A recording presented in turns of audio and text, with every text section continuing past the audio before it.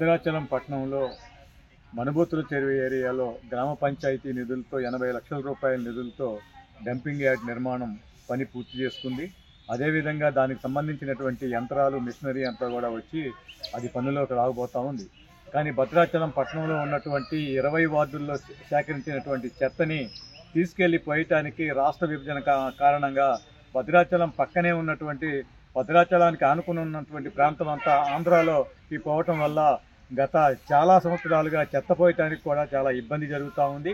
ఆ భద్రాచలంలో సేకరించినటువంటి చెత్తని తీసుకెళ్లి రామాలయం ఏరియాలో 100 గదుల సత్రం పక్కన ఉన్నటువంటి గోదావరి ఒడ్డున వేయటం వల్ల ఆ చెత్తని తగలబెట్టడం వల్ల రామాలయం ఏరియా, అదేవిధంగా శిల్పినగరు, చప్టా దిగువ, అదేవిధంగా ముత్రాస్ బజారీ ఏరియాలకు ఆ యొక్క వాసన, అదేవిధంగా పొగ వల్ల ప్రజలు తీవ్రమైనటువంటి ఇబ్బందులు పడ్డారు. అది భద్రాచలం ప్రజలందరికీ తెలుసు.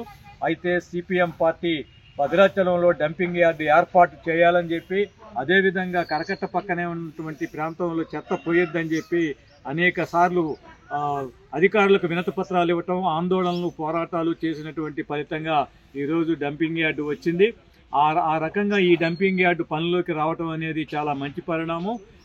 ఇక్కడ వేసినటువంటి తడి చెత్తని, పొడి చెత్తని వేడి చేసి దాని ద్వారా మన బ్రిక్స్ని తయారు చేస్తూ ఉన్నారు. ఇటువంటి ప్లాంటేషన్ హైదరాబాద్లో, ఆ తర్వాత సిద్దిపేటలో ఉంది. ఆ తర్వాత తెలంగాణలో మన భద్రాచలంలోకి ఈ యొక్క ప్లాంట్ రావటం అనేది శుభ పరిణామం.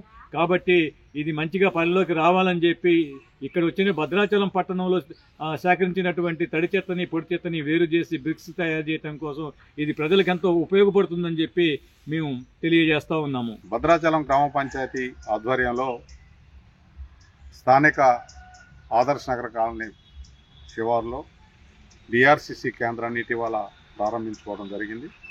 ఇది పూర్తి స్థాయి వినియోగంలోకి రావాల్సిన అవసరం ఉంది. తడి చెత్త, పొడి చెత్త వేరు చేసి తడి చెత్త ద్వారా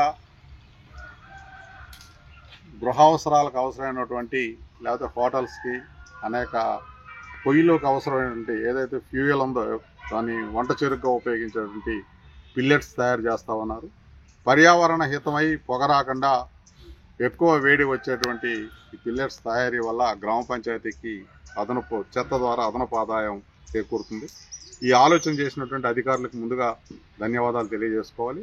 ఇది పూర్తి స్థాయిలో వినియోగంలోకి వస్తే భద్రాచలంలో డంపింగ్ యార్డ్ లేదని ఒక కొరత తీరిపోతూ ఉంది. గోదావరి నది ప్రాంతంలో పోసిన చెత్తనంతా డిఆర్సిసికి తరలించి అక్కడ తడి చెత్త, పొడి చెత్త వేరు చేసి పొడి చెత్తని రీసైక్లింగ్ యూనిట్స్ పంపించడం కోసం తడి చెత్తని ఇక్కడే రీసైక్లింగ్ చేసి రైతులకు కావాల్సినటువంటి ఎరువు దాని ద్వారా వస్తుంది. దాని ద్వారా ఈ వంట చెరుకు కూడా ఉత్పత్తి అవుతూ ఉంది. కాబట్టి పర్యావరణ హితంగా భద్రాచలం క్లీన్ భద్రాద్రిగా ఉండటం కోసం అధికారులు కృషి చేశారు. వారి కృషికి అభినందనలు తెలియజేస్తా ఉన్నాం. మరిన్ని వీడియోస్ కోసం ఛానల్ ని సబ్స్క్రైబ్ చేయండి. లేటెస్ట్ అప్డేట్స్ కోసం వాట్సాప్ ఛానల్ ని ఫాలో అవ్వండి. అండ్ లింక్ డిస్క్రిప్షన్ లో ఉంది.